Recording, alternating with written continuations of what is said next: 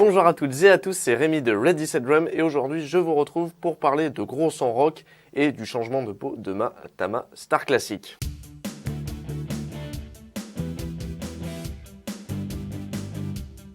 En effet, vous avez été nombreuses et nombreux à apprécier ma vidéo où je vous présentais ma nouvelle Tama Star Classic en grosse dimension rock. Et donc je me suis dit que j'allais vous faire une petite update puisque depuis cette vidéo, j'ai, comme je l'avais précisé d'ailleurs dans la vidéo, puisque c'était un projet, j'ai changé les peaux pour un set de peaux complètement différent et qui se rapproche beaucoup plus du son que j'avais en tête. Et là, puisque nous sommes sur du kit très rock, vraiment gros rock, grosse dimension, eh bien je vais également vous parler de la stratégie d'accordage que j'ai mis en place sur ce kit là et également au niveau de la gestion de la longueur des notes, tout ça. Voilà, on va faire un petit point là-dessus et j'espère que ça vous donnera des indications aussi pour reproduire ce type de son chez vous.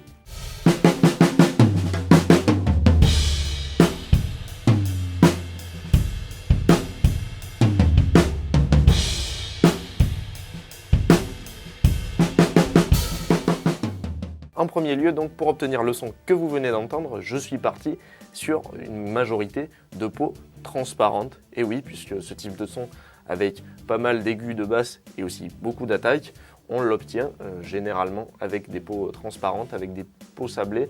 On va dire qu'on se dirige plus vers quelque chose de plus médium, bas médium, haut médium, quelque chose d'un peu plus tamisé et avec un petit peu moins une attaque franche.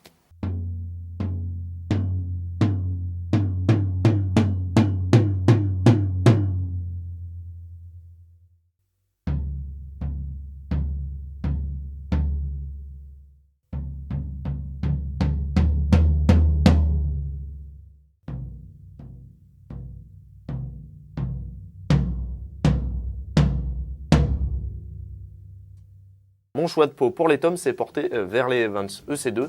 Si vous connaissez la chaîne et que vous me connaissez déjà, vous avez certainement remarqué que c'est des peaux que j'adore, que j'ai également sur mon autre batterie Tama en 10, 12 et 14. Et là, comme c'est un son que j'affectionne tout particulièrement, je me suis dit que ça fonctionnerait aussi sur les tomes de 13, 16, 18. Et bien ça n'a pas raté. Je suis vraiment très satisfait du résultat.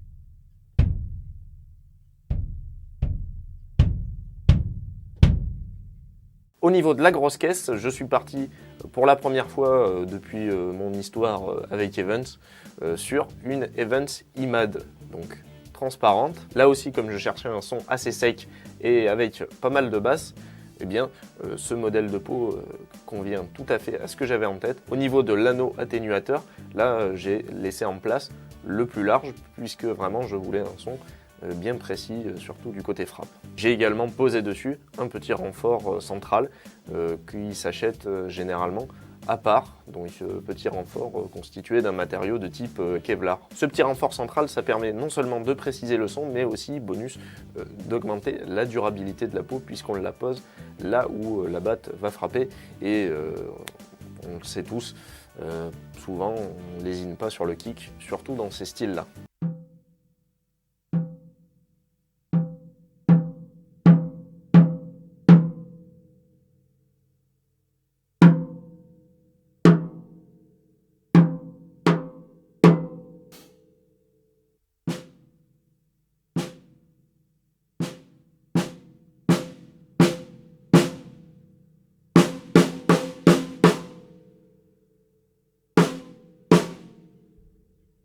Au niveau de la caisse claire, là je suis parti également sur un autre type de peau.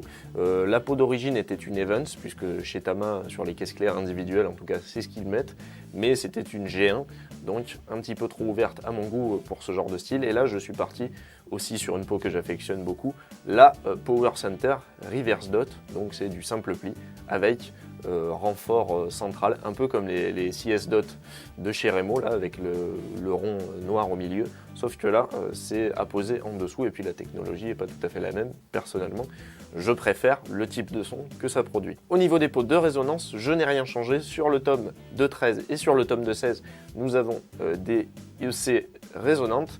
Ça, c'est ce qui est venu avec le kit d'origine, enfin installé par l'ancien propriétaire.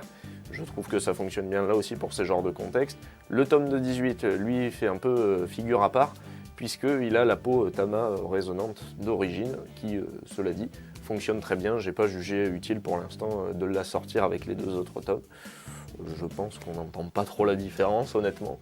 Ça peut peut-être apporter un petit peu plus de contrôle, mais je trouve que du coup le tome de 18 réagit bien avec ça. Il a peut-être un son avec un petit peu plus d'attaque, un petit peu moins rond du coup à cause de la différence entre les peaux de résonance. Mais vraiment je trouve pas ça choquant, donc j'ai laissé tout tel quel. Pour la caisse claire, pareil, j'ai rien touché au niveau de la peau de résonance et du timbre, tout est resté là d'origine, j'ai juste affiné un petit peu la tension pour le résultat que j'avais en tête. Et voilà. Et enfin, au niveau de l'accordage de chaque fût, et bien sur la caisse claire, là, sur les exemples sonores que vous allez entendre, je suis parti sur un accordage médium haut, on va dire. C'est dans la tranche haute des accordages médium. Hein. Au départ, j'étais parti sur quelque chose d'assez bas, mais là, pour les trucs que j'avais enregistrés récemment, pour des reprises des artistes et tout ça, j'ai accordé la caisse claire de cette manière. Je trouve que ça ressort bien, vraiment, il y a un bon punch.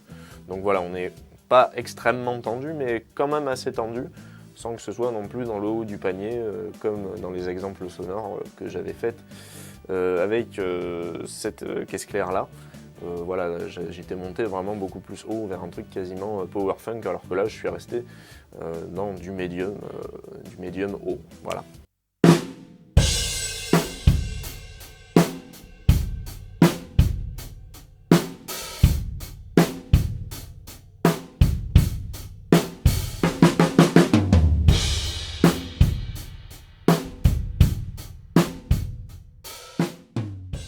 En termes de contrôle des harmoniques, j'ai découpé un Moongel en 2 et puis je l'ai apposé vraiment près du chanfrein de la caisse claire pour qu'on ait l'effet un petit peu d'atténuation des harmoniques, mais que ce soit pas un son complètement dead non plus, complètement mort et qui fasse vraiment, je sais pas comme ça sans un minimum d'harmonique. J'aime bien toujours que la caisse claire respire un peu, mais surtout pour ces styles-là. Après, ça c'est à vous de voir, hein. Si vous voulez un son vraiment très très précis, pour des styles un peu plus métal on va dire, là ça peut être judicieux de laisser le Moongel entier et de le rapprocher légèrement du centre. En ce qui concerne les 3 tomes, là on va dire que j'ai appliqué sans surprise les mêmes méthodes que je démontre dans ma vidéo. Donc sur l'accordage classique on va dire, je suis quand même resté sur les 3 tomes plus tendus en résonance qu'en frappe.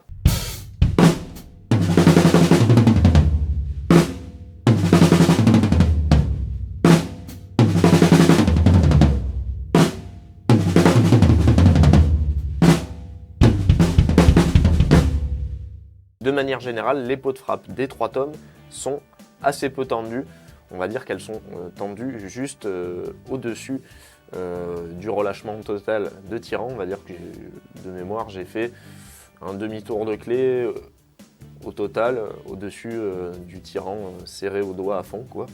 Donc c'est pas hyper tendu et c'est nécessaire pour ce type de son. Là où j'ai plus appliqué de tension, c'est pour les pots de résonance, comme je le montre dans ma vidéo sur l'accordage, et je vous encourage à aller la voir si vous ne l'avez pas vue.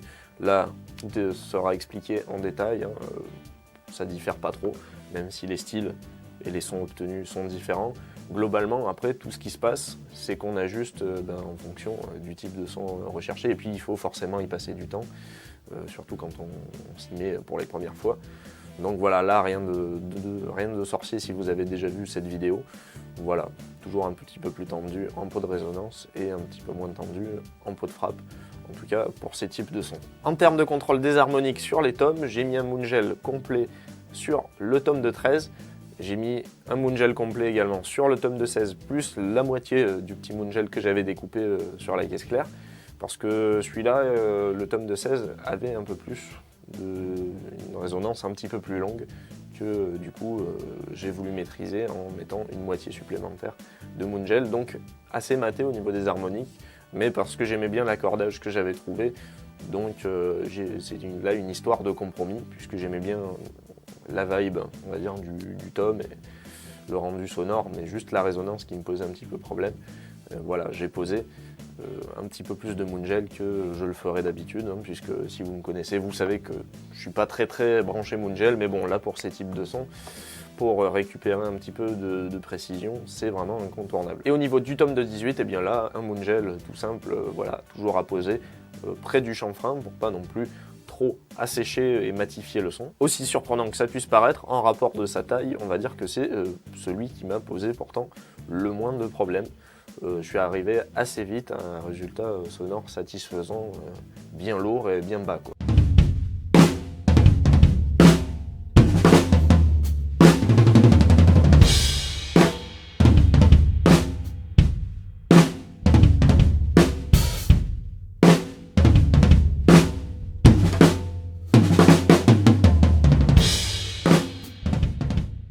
Et enfin, la grosse caisse, eh bien c'est pareil, je suis là aussi parti sur une peau de frappe assez détendue pour toujours avoir la peau de résonance plus tendue qui me permet d'avoir un bon retour sous le pied. Et puis c'est la peau de frappe vraiment qui gère la tonalité globale et le rendu, on va dire, principal du fût. Et ma peau de résonance, elle, qui va contrôler la résonance, donc la longueur de la note, et puis le corps général qu'on va aussi donner à la note principale qui vient, elle, de la peau de frappe. Et dans cette grosse caisse, en plus de l'atténuateur intégré sur la peau de frappe, j'ai apposé deux petites mousses acoustiques, mais pas du tout pareil que la grande mousse acoustique qui fait contact avec les deux peaux, juste deux petites mousses qui font la taille d'un tome de 12, il me semble. Voilà, c'est des chutes que j'avais de mousse et que j'avais utilisé pour un tournage de clip pour mettre à l'intérieur de mes fûts pour faire moins de bruit. J'ai posé ça à l'intérieur pour éventuellement casser un peu le ping-pong acoustique qui peut se produire à l'intérieur et surtout aussi pour pouvoir poser un micro-plaque à l'intérieur. C'est plus pratique, ça évite que ce soit posé directement sur le bois. C'est la fin de cette vidéo, j'espère qu'elle vous a plu et qu'elle vous aura été utile. S'il vous reste des questions, comme d'habitude, n'hésitez pas à me les poster en dessous dans les commentaires. Si la vidéo vous a plu et le contenu aussi, et que ce n'est pas déjà fait, eh bien n'hésitez pas à vous abonner, à liker la vidéo, et puis en vous abonnant, à poser la petite cloche pour être tenu au courant des prochaines sorties de vidéos. En tout cas, je vous remercie beaucoup d'être resté avec moi et pour votre attention, et puis je vous dis à très bientôt dans une prochaine vidéo.